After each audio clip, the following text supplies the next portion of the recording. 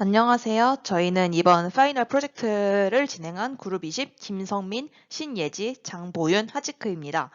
캐글에서의 팀 아이디는 NLP20이며 이 영상이 유튜브에 올라가면 나중에 링크와 함께 발표 자료를 올리도록 하겠습니다. 먼저 첫 번째로 팀 랭킹의 경우 저희 팀은 1223등이 나왔으며 점수는 0.708로 나왔습니다.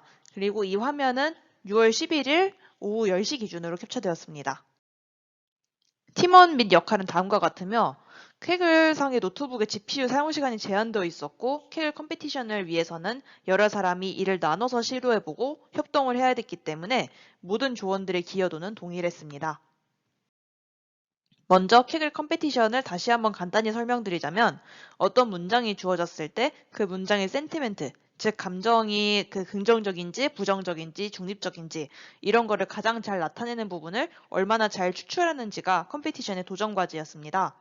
저희가 해야 할 일은 크게 두 가지였는데 데이터를 전처리하는 과정, 그리고 이 전처리된 데이터를 이용해서 셀렉티드 텍스트를 맞추는 모델을 구성하는 것이었습니다.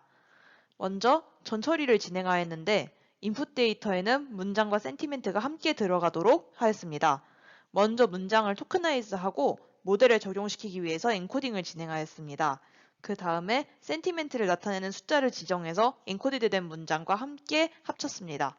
예를 들어서 퍼스티브는 이제 1313, 네거티브는 2430 이런 식으로 숫자를 지정하여 엔코디드된 토큰들의 맨 앞에 삽입하였습니다. 아웃풋 데이터 같은 경우에는 선택된 텍스트의 시작점과 끝점을 나타내는 원합 벡터를 추출해서 이를 스타트 토큰, 엔드 토큰이라고 명명하였습니다. 추가적으로 트레이닝 데이터에서 셀렉티드 텍스트를 분석해 보았을 때 일부 셀렉티드 텍스트는 어절 단위로 추출되지 않은 것을 볼 수 있었습니다. 이는 오히려 학습에 방해가 되는 데이터일 것으로 생각해서 트레이닝 데이터에서 제외시켰습니다.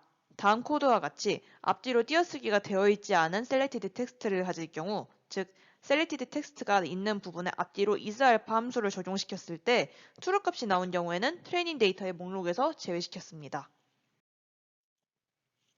다음으로 모델의 경우에는 저희는 많은 분들이 시도하였듯이 페이스북에서 발표됐었던 로버트 A 구조를 사용하였습니다.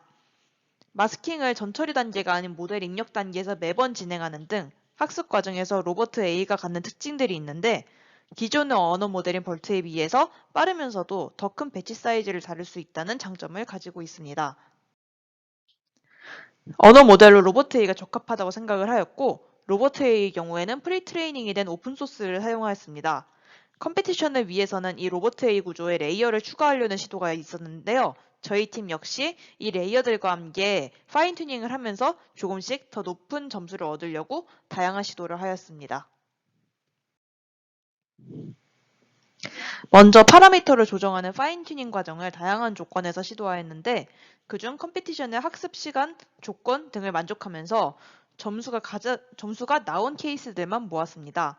이 중에 붉은색으로 표시한 파라미터에서 가장 높은 점수가 나왔습니다. 마찬가지로 모델의 레이어도 다양한 방법으로 구성하였습니다.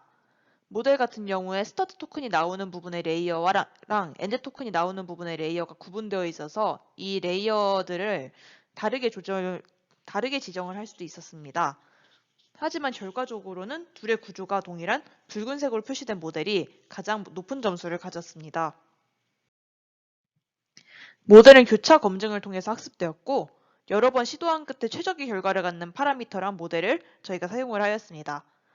또한 앞서 설명드렸듯이 트레이닝 데이터에서 불필요한 6% 정도의 데이터를 제거하였을 때 더 높은 점수가 나왔고 노트북에서 실행을 하였을 때는 다음과 같이 0.731 정도로 높은 결과를 얻을 수 있었습니다. 하지만 실제로 제출하였을 때는 환경이 달라져서인지 물론 점수가 더 높아지긴 했지만 엄청 높은 점수를 얻기는 힘들었습니다. 또한 추가적으로 모델 자체를 좀 많이 변경해서 센티멘트를 한 번 더 학습시킬 수 있도록 구성도 해봤는데 이는 오히려 더 낮은 점수를 초래하기도 하였습니다. 저희는 공개된 정보들을 바탕으로 로버트의 오픈소스를 활용하는 방향으로 진행하였습니다.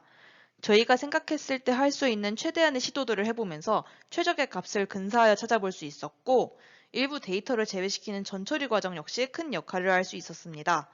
그리고 이제 프로젝트를 진행하던 도중인 거의 막바지쯤에 GPT-3라는 더 좋은 모델이 발표되었다는 소식을 들었습니다.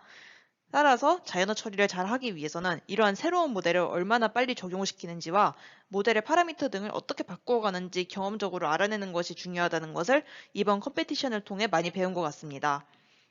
또한 아직 캐글 컴페티션의 기한이 남아있기 때문에 지금은 실패한 상태지만 센티멘트 정보를 한 번 더 반영하는 모델 개발에 도전해 볼 수도 있겠다고 생각합니다. 이상으로 발표를 마치도록 하겠습니다. 감사합니다.